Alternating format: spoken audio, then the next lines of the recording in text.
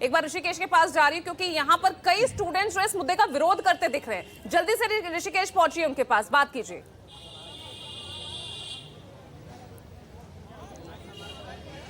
मैं कोशिश कर रहा हूं कि कुछ लोग हैं यहाँ पे। पूजा, जो आप लोगों ने यूजीसी का रूल देखा क्या भाई साहब? अरे मैं तो आप लोगों के लिए आया हूँ, आप लोगों ने देखा है क्या भैया? यूजीसी का जो नया रेगुलेशन आया है इस पे आप लोगों की राय क्या है?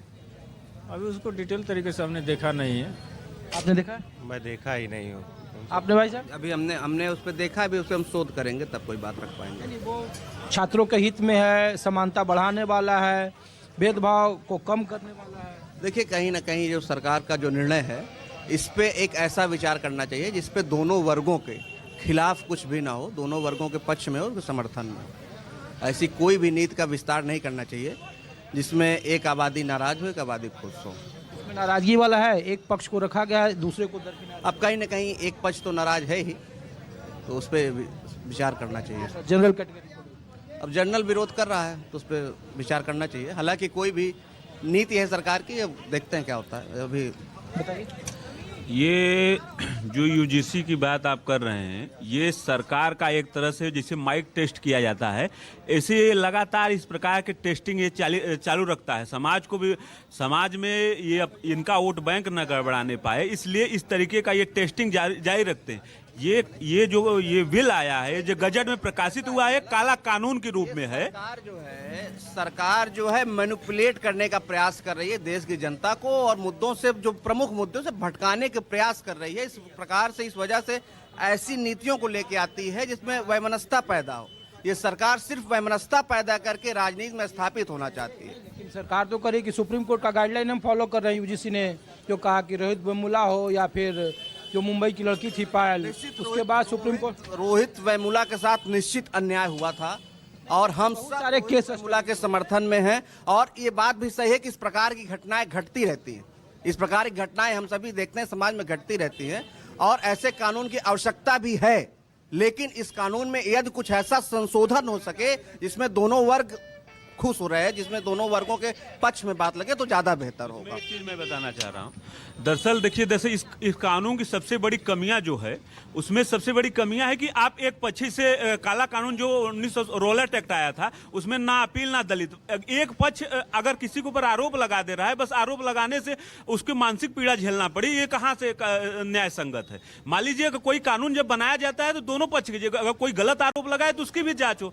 तो इसमें इस तरीके का प्रावधान न होने की वजह से ये पूरी तरीके से एक फांसीवादी कानून के रूप में रहेगा। और इसको तो अगर एक साधारण भाषा में देखा, हम लोग के साथ बहुत ही, मतलब जिसके लिए कानून लाया गया है, वो भी ये बात को स्वीकार कर रहे हैं छात्र कि नहीं, ये इसमें तो ये जानबूझ के एक सरकार की सोची समझी साजिश है कि हम तमाम मुद्दों को छोड़कर, बेरोजगारी को छोड़कर, अपनी नौकरी पाने की जो लालसा है उसको छोड़कर इस कानून के पीछे पड़ जाएं। मैं सरकार से पूछना चाहता हूं कि जिस सरकार ने कानून पारित किया, वो सरकार इन्हीं विश्वविद्यालयों का संघीकरण क्यों कर रही है?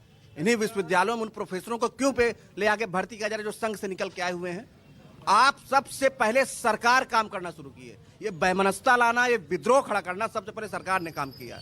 आप उठा के विश्वविद्यालयों को उठा पर ये सबका साथ सबका विकास, विश्वविद्यालयों को उठा के देख लीजिए। इलाहाबाद केंद्रीय विश्वविद्यालय से 10 कदम की दूरी पे है। वहां की पूरा संघीकरण कर दिया गया विश्वविद्यालय का, छात्रावासों का भगवाकरण कर दिया गया।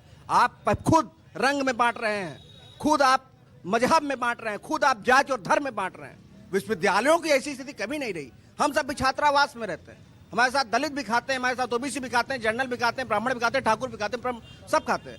लेकिन इस प्रकार की जो वैमनस्यता लाई जा रही है, वो निश्चित रूप से वो समाज के पक्ष में नहीं है। कुछ और लोगों से थोड़ा बात करूं। हाँ, तो देखिए, इस वर्तमान सरकार में इस तरीके का माइक टेस्ट बंद कर देना चाहिए, और छात्रों की जो जेन्युइन मुद्दे हैं, इस समय बेरोजगारी का सबसे बड़ा मुद्दा है। यूपीटीएससी जो यहाँ पे उत्तर प्रदेश सबऑर्डिनेट परीक्षा कराता है, उसकी परीक्षाएं नियमित नहीं हो रही हैं। पेपर हो रहा है तो रिजल्ट नहीं आ रहा है, और पेपर तो पहली बात हो ही नहीं रहे।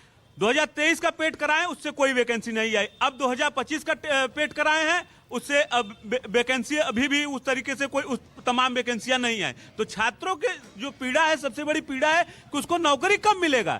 इस पे सरकार का फोकस होना चाहिए, न कि इस तरीके से माइक टेस्ट होना चाहिए कि जनता का मिजाज पकड़े, उसके बाद उसको फंसाए उसमें। जी चलिए ठीक है मैं कोशिश ऋषिकेश, करता हूँ कि कुछ और ऋषिकेश लोगों आप से- बने रहिएगा।